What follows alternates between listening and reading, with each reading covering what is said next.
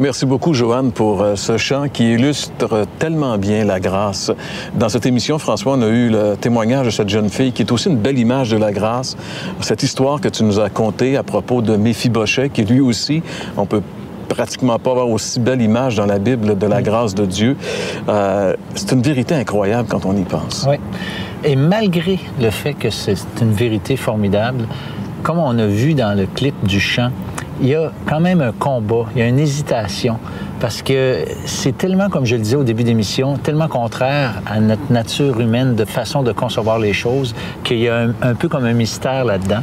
Et puis aussi, on répond naturellement, normalement à la grâce en se jetant littéralement dans les bras du Seigneur, en lui confiant nos vies,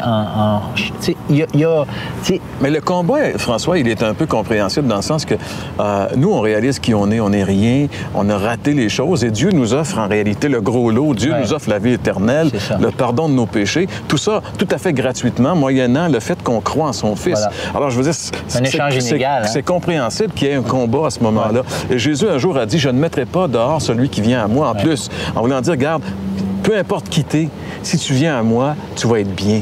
Jésus nous promet le pardon de nos péchés, il nous promet la vie éternelle, il nous promet l'éternité avec lui. Et tout ça, c'est gratuit parce que Jésus, sur la croix, l'a payé.